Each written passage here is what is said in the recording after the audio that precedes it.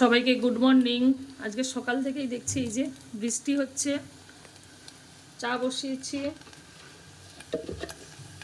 আজকে শ্বশুরমশাই শাশুড়ি মা এসছেন ডাক্তার দেখাতে। ফোন করেছিলেন, এক্ষুনি আসছেন বাসে। কালকের সৎসঙ্গ ছিল, সৎসঙ্গ থেকে বাড়ি ফিরতে অনেকটাই রাত্রি হয়ে গেছে, ফিরতে প্রায় 12টা বেজে গেছে, তাই দেরি করে উঠলাম।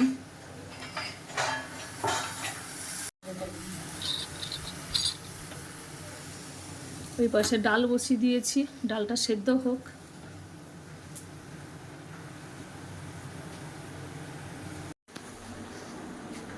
আজ অনেকদিন পরে কিন্তু দুধ চা খাচ্ছি, তাই না? কালকে ওদের বাড়িতে ঘুগনি মুড়ি খেয়েছি না, এসে তো আর দুধ খাওয়া হয়নি। এই তো রান্নাটা বসিয়ে দিয়েছি। শ্বশুরমশাই ডাক্তার দেখাতে যাবেন, ওই জন্য এই যে ফুলকপি তরকারি করব, ফুলকপিটাকে ভেজে নিচ্ছি, ওলো ভাতে দিয়েছি। এই যে ডালটা বেটে নেব। শাশুড়ি মা কুমড়ো ফুল নিয়ে এসছেন, বড়া ভাজা করব। আজকে ছাদেও খুব সুন্দর সুন্দর জবা ফুল ফুটেছে। জবা ফুলের কালারগুলো এত সুন্দর, এই যে দুধে আলতা কালার, এখানেও একটা কালার, অনেকগুলো কুড়িও হয়েছে। এখানেও একটা ফুল ফুটেছে, খুব সুন্দর কালার, হালকা চন্দন কালারের। আমার ছাদে আর নিচে করে প্রায় 20-22 রকমের জবা ফুলের গাছ ছিল, অনেকগুলি মারা গেছে। কয়েকদিন ভাবছি আর কয়েকটা জবা গাছ লাগাবো কিনে, সময় পাচ্ছি না আর।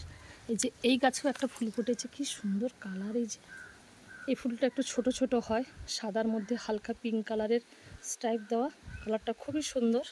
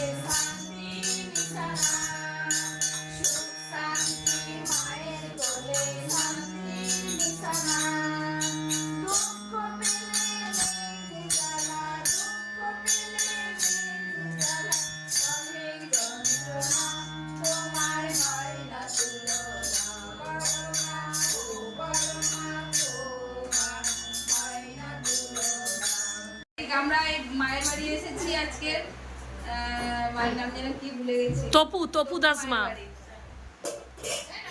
ঠাকুরের সঙ্গে বড় মাকে আহ্বান করেছে, তার পেছনে বলছেন আমরা সবাই চলে এসেছি এই মায়ের বাড়িতে। এই যে ঠাকুর সাজানো হয়েছে সুন্দর করে, অনেকে বলছে ঠাকুরের ছবি দিয়ে সাজানো হয়েছে, নাম গান হবে। এটা ঠাকুরের ছবি নয়, ঠাকুর ওখানে জীবন্ত বসে আছেন, বড় মা আছেন, বড়দা আছেন, আচার্যদেব আছেন, এটা অতি অবশ্যই আছে। আচার্যদেব একটা জায়গায় আসামের মায়েরা এসছে, ওরা খুব গরিব আর অনেক দূর থেকে আসতে হয়, খরচ পারে না, খরচে মানে কুলায় না। আমাদের এখানেও তো অনেক গরিব মায়েরা আছে যারা খরচ পারে না, কয়েক বছর পরে একবার ঠাকুর বাড়িতে যায়, কেউ বছরে একবার যায়, আবার যাদের পয়সা আছে তারা বছরে বহুবার যায়।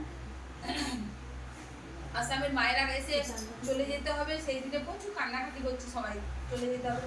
আচার্যদেব বলছে শোন, তোরা কাঁদছিস চলে যাওয়ার জন্য, তোরা কাঁদবি না, তোদের টাকা পয়সা নিয়ে আসতে পারিস না, আমার ছবি যেখানে রাখবি ওখানে বসে তোদের যা মনের কথা আছে, যা কষ্টের কথা, যা আনন্দের কথা, সব কিছু আমার ছবির সামনে বসে শেয়ার করিস, আমি সব শুনতে পারবো।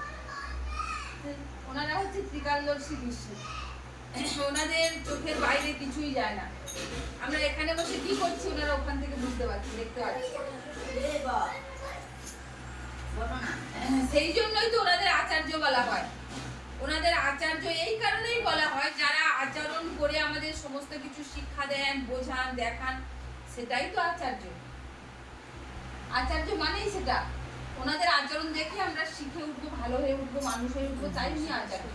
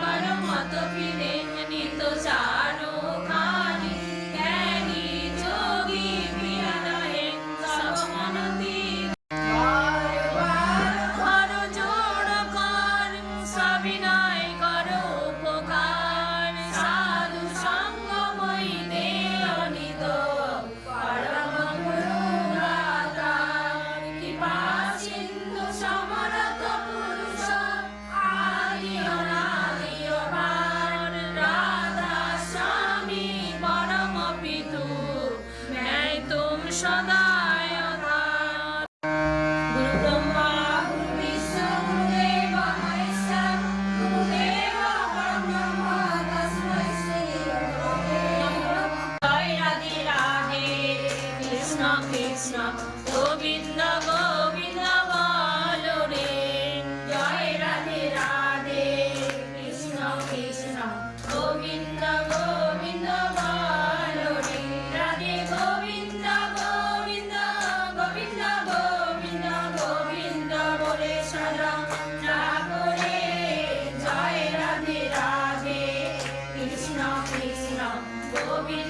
Govinda.